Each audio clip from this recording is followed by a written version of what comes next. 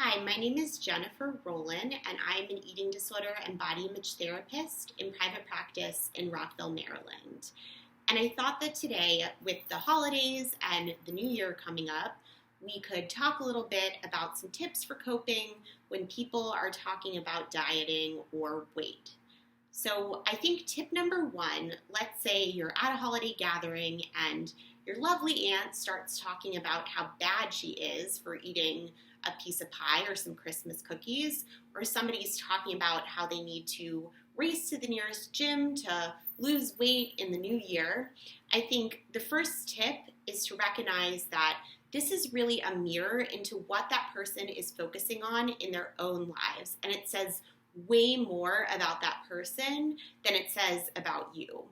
People who are happy, content, living fulfilled and meaningful lives simply don't feel the need to really hyperfixate on food and body. So this really gives you a window into what that person may be struggling with. And when you think about it, that's really sad because diet culture, body shame, it takes away so much from people's lives. So really trying to have some compassion that this person is still clearly struggling and steeped in diet culture. And this is honestly really sad because it's not interesting and it's a huge waste of time and precious mental energy. So tip number two is to set some boundaries.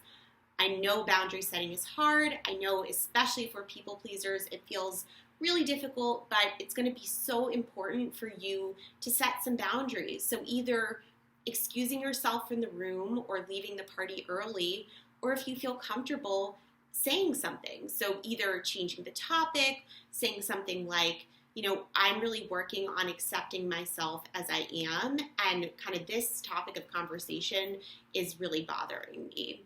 Or saying something like, this kind of conversation is super uninteresting. Is there anything else that we could talk about? So that is another thing that you can do is have some statements that you can say to set boundaries. Tip number three is to come up with a plan in advance. So talk with your therapist, talk with supportive people in your life, and really come up with a plan for what you can do, what you can say, and who you can reach out to for support if you're in the midst of somebody's latest talk about their diet or weight loss attempts. So having a plan can really help when it comes to dealing with anxiety and stress around the holidays. So I thought that I would close out this video by reading you a few statements that I came up with, which you can say to shut down the dreaded diet and weight talk this holiday season and beyond. All right, so tips for shutting down diet talk. So if somebody's saying, oh my gosh, I'm on Weight Watchers and it's amazing. Have you heard about it? Or loving Whole30 or something of that nature, you could say something like, I'd rather talk about anything other than your diet. So what else is going on in your life? I hear that you're really into your new diet, but talking about it really keeps me from enjoying this time with you. Or I hear that you're into your new detox cleanse, but I save a lot of money by relying on my functioning liver and kidneys to do that job for me.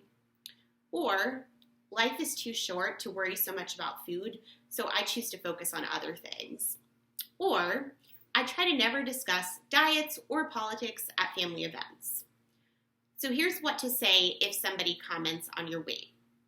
So let's say your cousin comes up to you and says, oh my gosh, you look so great. Have you lost weight? I choose not to focus on my weight. There's just so many more interesting things about me. Or, no clue. I don't weigh myself, so how's your family been?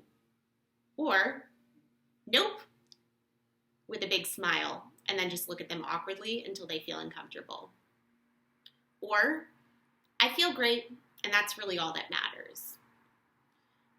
So if somebody says, have you gained weight since I last saw you? Or, oh, your face is looking kind of big. You can say something like, I'm happy and healthy, thanks for noticing. Or, yep, with a smile, and then look at them awkwardly. Or, no clue, I don't tie my self-worth to a number on a scale. Or, I'm trying not to focus on my weight, so I'd rather you not comment on it. Or, my body is really nobody else's business, so it's really off the table for conversation. All right, so there you have it, some quick ways that you can respond if somebody wants to talk about diet or weight, and just friendly reminder that at the end of your life, you are not going to be reminiscing on your pant size or your six-pack or skipping out on meals to obsess over your clean eating routine. What you're actually going to remember is the memories and spending time with people that you cared about.